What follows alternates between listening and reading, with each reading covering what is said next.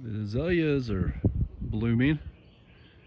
It's beautiful azaleas, and this is at the Elizabethan Gardens. But I see something kind of interesting, and I noticed this. It's been a couple of days now that they were starting to bud and blossom, but the ones down at the bottom, first it looks like they've fallen off, and they're down there because they've fallen off, but I don't think they are. I think they're attached. They are. They're still on the tree, but they're all along the bottom over here. They have blossomed sooner than the ones that are up higher. And that's an interesting observation, isn't it? And it's not that I know the reason for why, but we see things like that all the time. You remember Summer Penguin from the Muppets? You know, she was always trying to solve problems and mysteries.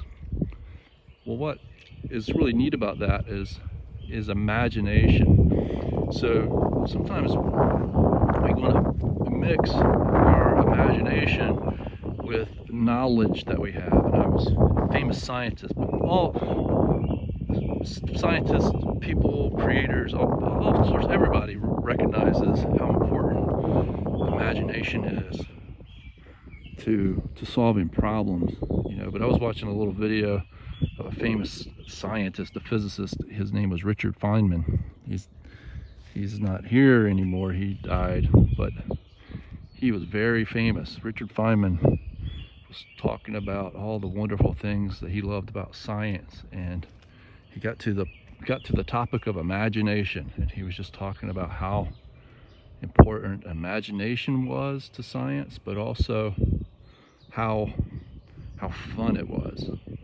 And that, you know, it was really, it had to be an interest to you to really put in the work to be a good scientist, but we can all enjoy science to whatever degree we want to. And science and imagination and things that aren't science all start to mingle together, and that's what makes life so beautiful, is that it's all kind of all connected together in some way or another. But anyhow, you can use your imagination and knowledge that you have, and you could try to come up with reasons for why those flowers on the bottom bloomed earlier than the ones at the top. Maybe you could say, well, maybe it's because they got more sunlight. But that's probably not true. The ones at the top probably got more sunlight. Maybe it's because they got more water. That's a possibility. Maybe they got more water down there on the ground. Maybe the moisture on the ground gave them more water. Maybe they were warmer.